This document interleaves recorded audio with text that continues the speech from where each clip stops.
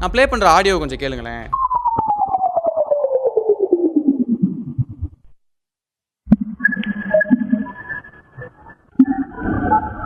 விண்வெளியிலேருந்து நம்ம பூமிக்கு வந்த சிக்னல் தான் இது.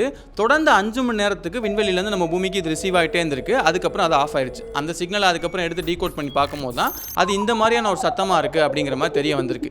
இப்போ இந்த சத்தம், அதாவது இந்த சிக்னல் எங்கேருந்து வந்துச்சு அப்படின்னு பார்த்தோம்னா, நம்ம பூமிக்கு பக்கத்துலேயே ப்ராக்சிமா செஞ்சுரி அப்படிங்கிற ஒரு நட்சத்திர குடும்பம் இருக்குது.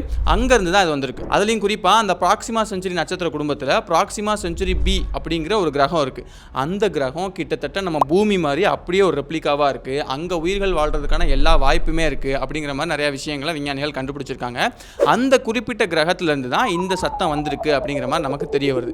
இதை வச்சு பார்க்கும்போது ஒருவேளை இந்த சிக்னலை ஏலியன் அனுப்பியிருக்குமோ? இல்லை இதை யாராவது கிளப்பி விட்டுருப்பாங்க அப்படின்னு ஒதுக்கிட முடியாது. ஏன்னா இந்த சிக்னலை 2015 $100 மில்லியன் அமெரிக்கன் டாலர், அதாவது அந்நிய மதிப்புக்கு கிட்டத்தட்ட 654 இந்திய ரூபாய்களுக்கு வந்து செலவு பண்ணி ஏலியன்கள் ஏதாவது சிக்னல் அனுப்புதா அப்படின்னு மெஷர் பண்ணக்கூடிய ஒரு அமைப்பு தான் இந்த சிக்னலை அஃபிஷியலாக ரெக்கார்ட் பண்ணியிருக்காங்க.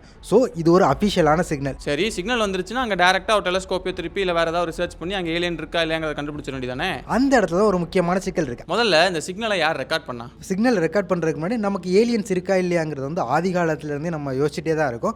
பல நாகரிகங்களில் ஏலியன் தான் வந்து எங்களுக்கு நாகரிகங்களை கற்றுக் கொடுத்துச்சுங்கிற மாதிரி நிறைய கதைகளுமே இருக்குது. இந்த ஏலியனை தொடர்ந்து தேடிட்டு வர நமக்கு டெக்னாலஜி வளர ஆரம்பிக்குது. அதுக்கப்புறமா இந்த டெக்னாலஜி யூஸ் பண்ணி ஏலியன் இருக்கா இல்லையாங்கிற கண்டுபிடிக்கலாம்னு சொல்லி நிறைய ஸ்டடீஸ்லாம் உருவாகுது. அப்படி உருவாகின ஒரு ஸ்டடீஸ் தான் SETI, அதாவது search for extraterrestrial intelligence. அந்த ஸ்டடியில் எப்படி வேற்று கிரகத்தில் இருக்கக்கூடிய ஏலியன்ஸ் வந்து நம்ம கூட தொடர்பு பண்ணுறாங்களா இல்லையா, தொடர்பு பண்ணால் எப்படி தொடர்பு பண்ணுவாங்க, இந்த மாதிரி நிறைய விஷயங்கள் தொடர்ந்து டிஸ்கஸ் பண்ணிக்கிட்டே வராங்க. அப்படி ட்ரை பண்ணும்போது அவங்க பூமியை நோக்கி ஏதாவது சிக்னல் அனுப்புறதுக்கான வாய்ப்பு இருக்குது.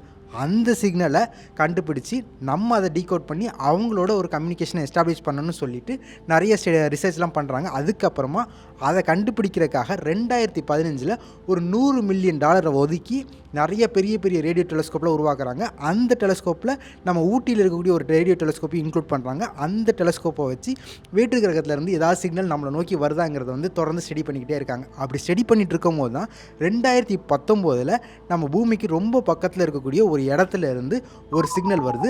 அந்த சிக்னலோட ஆடியோவை தான் நீங்கள் ஆரம்பத்தில் கேட்டீங்க. அப்படி வந்த ஒரு ஏலியன் சிக்னல் தான் BLC-1, அதாவது பிரேக் த்ரூ லிசன் கேண்டிடேட் 1 அப்படிங்கிற அந்த குறிப்பிட்ட சிக்னல்.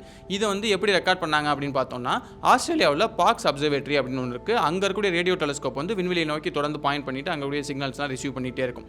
அப்படி பண்ணதில் வந்து 2019 இந்த ப்ராக்சிமா செஞ்சுரி பக்கத்தில் இருந்து ஒரு சிக்னலை வந்து அதை ரிசீவ் பண்ணுது.